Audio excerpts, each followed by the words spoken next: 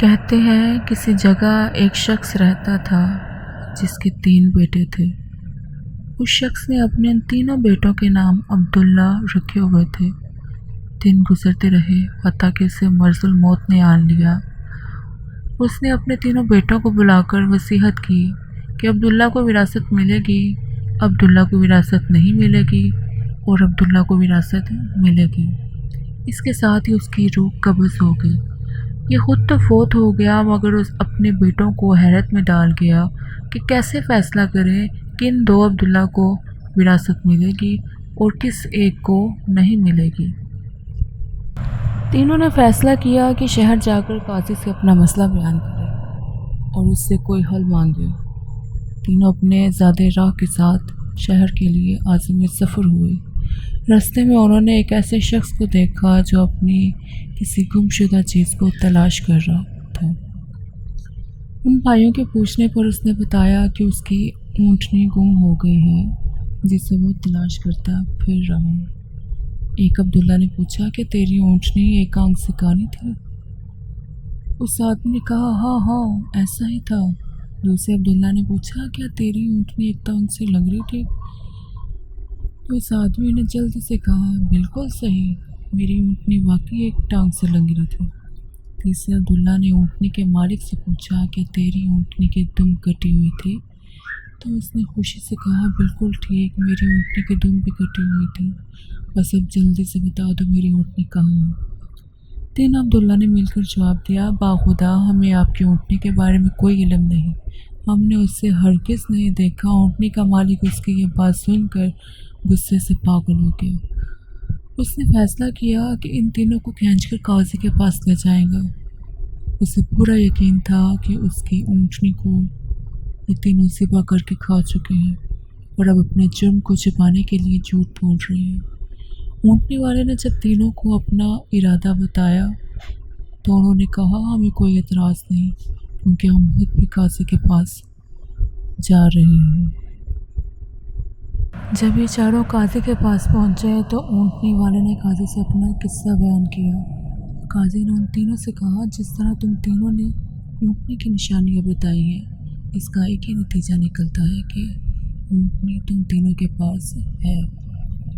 بہتر ہے کہ تم اپنے جرم کا اعتراف کر لو۔ پہلے نے کہا جناب عالی ہم نے اونٹنی تو نہیں دیکھی تھی، ہاں البتہ اونٹنی کے آثار ضرور دیکھے تھے۔ جب میں نے اسے کہا تھا کہ تیری اونٹنی ایک آنکھ سے کانی ہے تو میں نے دیکھا تھا کہ رستے کے ایک طرف کا گھاس تو خوب چڑھا ہوا تھا مگر دوسری طرف کا ویسے ہی باامان موجود تھا۔ اس کا ایک ہی مطلب تھا کہ اس شخص کی اونٹنی ایک آنکھ سے کانی رہی ہوگی۔ دوسرے عبداللہ نے کہا میں نے دیکھا تھا کہ رستے میں 3 قدم تو گہرے لگے ہوئے تھے جبکہ چوتھا قدم زمین پر معمولی پڑا ہوا تھا، جس کا مطلب یہی تھا کہ یہ جانور لنگڑا بھی تھا۔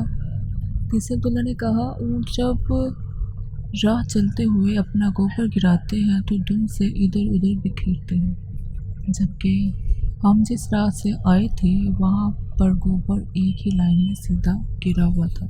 اس کا ایک مطلب ہو سکتا تھا کہ اونٹنی کی دم کٹی ہوئی ہے جو اپنا گوبر دائیں بائیں نہیں پھیلا پائی۔ قاضی نے بغیر کسی دیر کے اس آدمی کی طرف دیکھا اور کہا تم جا سکتے ہو، تمہاری اونٹنی ان لوگوں کے پاس نہیں ہے اور نہ ہی انہوں نے اسے دیکھا ہے۔ اونٹنی والے شخص کے جانے کے بعد ان تینوں بھائیوں نے قاضی سے اپنا قصہ بیان کیا جسے سن کر قاضی بہت حیران ہوا۔ ان تینوں نے کہا تم آج کی رات مہمان خانے میں ٹھہرو، میں کل تمہیں سوچ کر کوئی حل بتاؤں گا۔ یہ تینوں مہمان خانے میں جا کر ٹھہرے تو انہوں نے محسوس کیا کہ ان کی نگرانی کی جا رہی ہے۔ کچھ دیر کے بعد ان کے لیے کھانا لایا گیا جو گوشت کے پکے ہوئے سالن اور روٹیوں پر مشتمل تھا۔ پہلے نے کھانے کو دیکھتے ہوئے کہا یہ سالن کتے کے گوشت کا بنا ہوا ہے۔ دوسرے نے کہا روٹیاں جس عورت نے پکائی ہیں وہ حمل کے ساتھ اور پورے دنوں سے ہے۔ تیسرے نے کہا یہ قاضی حرام کی اولاد ہے۔ بات قاضی تک پہنچ گئی، اس نے تینوں کو دوسرے دن اپنی عدالت میں طلب کر لیا اور تینوں سے مخاطب ہو کر کہا تم میں سے کس نے کہا تھا کہ یہ کتے کا گوشت پکا ہوا ہے؟ پہلا بولا میں نے کہا تھا۔ قاضی نے باورچی کو بلا کر پوچھا تو اس نے اعتراض کیا کہ پکانے کے لیے کچھ نہیں تھا، تو اس کو شرارت سوچی اور اس نے کتا مار کر اس کا گوشت پکایا اور ان کو کھانے کے لیے بھجوا دیا۔ قاضی نے پہلے سے پوچھا تمہیں کیسے پتہ چلا یہ کتے کا گوشت ہے؟ تو اس نے بتایا گائے، بکری یا اونٹ کے گوشت کے نیچے چربی لگی ہوتی ہے، جبکہ یہ سارا چربی نما تھا جس کے نیچے کہیں کہیں گوشت لگا ہوا تھا۔ قاضی نے کہا تم وہ عبداللہ ہو جس کو اپنے باپ کے مال سے وراثت ملے گی۔ قاضی نے دوبارہ ان سے مخاطب ہو کر پوچھا کس نے کہا کہ روٹیاں ایسی عورت نے بنائی ہیں جو 9 ماہ کے حمل کے ساتھ اور اپنے پورے دنوں سے ہے؟ جواب میں دوسرے نے کہا میں ہوں جس نے یہ کہا تھا۔ قاضی نے پوچھا تمہیں کیوں یہ لگا؟ تو اس نے کہا میں نے دیکھا روٹیاں ایک طرف سے پھولی ہوئی اور خوب پکی ہوئی، تو دوسری طرف سے کچی اور موٹی رہ گئی ہیں۔ میں نے اس سے یہی اخذ کیا روٹیاں بنانے والی ایسے خاتون ہے جس نے تکلیف کے مارے زیادہ جھکا نہیں جا رہا تھا اور وہ سامنے کی چیز کو نہیں دیکھ پا رہی تھی، جس کا مطلب یہی تو بنتا تھا کہ عورت حاملہ ہے اور روٹیاں بنانے میں تکلیف محسوس کرتی رہی ہے۔ قاضی نے اس سے دوسرے سے بھی کہا کہ تم وہ عبداللہ ہو جسے اس کے باپ کے ترکہ سے وراثت میں حصہ ملے گا۔ پھر قاضی نے تینوں سے پوچھا کہ کس نے کہا تھا کہ میں ولد الحرام ہوں؟ تیسرے نے جواب دیا کہ یہ میں نے کہا تھا۔ قاضی اٹھ کر اندر گیا اور اپنی ماں سے پوچھا کیا یہ سچ ہے کہ وہ حرامی ہے؟ تو اس کی ماں نے کہا یہ سچ ہے کہ تم حرام کے ہو۔ قاضی نے واپس آ کر اس تیسرے عبداللہ سے پوچھا تمہیں کیسے معلوم ہوا کہ میں حرامی ہوں؟